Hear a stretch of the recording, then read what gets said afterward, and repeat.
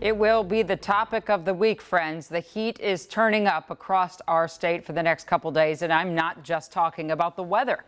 School administrators are sweating over what to do about hundreds of classrooms that still need teachers and paraprofessionals.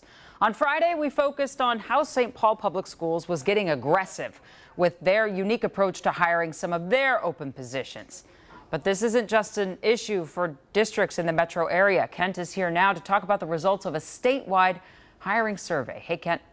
Yeah, Jana, and the simple breakdown of that survey is that this is concern almost everywhere, maybe more so outside of the metro area, as you mentioned. To be clear, there are always some last-minute jobs to fill, and more than a week has passed since this survey, but I'm told there is still a long way to go. What's different this year is the extent of the vacancies, how many there are, and how many districts are experiencing them. Scott Kroonquist is executive director of the Association of Metro School Districts, and according to the latest survey, metro districts were still reporting 519 teacher and 698 paraprofessional vacancies as of early August. Do you have any idea how much that gap has closed by now? I think we're still in the several hundred in terms of shortfalls for teaching positions. And the situation is even more concerning in greater Minnesota. The same survey found rural districts had 349 teacher and 571 para vacancies, and more than 60% of those open jobs had 0 applicants. I have no doubt that we're going to see some scrambling, in some tough situations maybe for in some districts to fill some of those positions. It's an issue St. Paul Public Schools tried to get out in front of last week, holding a hiring event for paras where more than 60 applicants were offered a job. Yes, on the spot.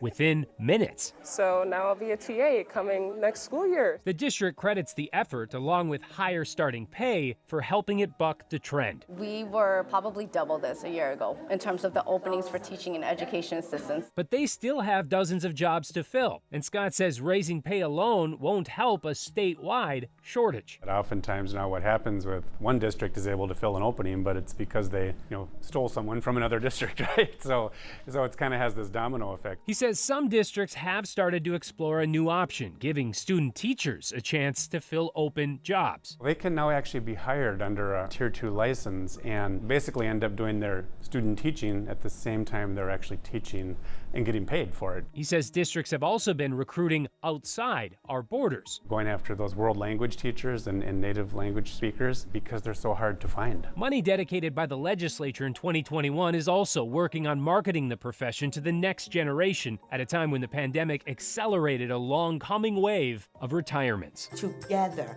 we will be part of the solution to elevate the teaching profession. It takes a while for these new programs to kick in and become effective. And so I'm afraid for the next year or two, it is going to be a tight crunch.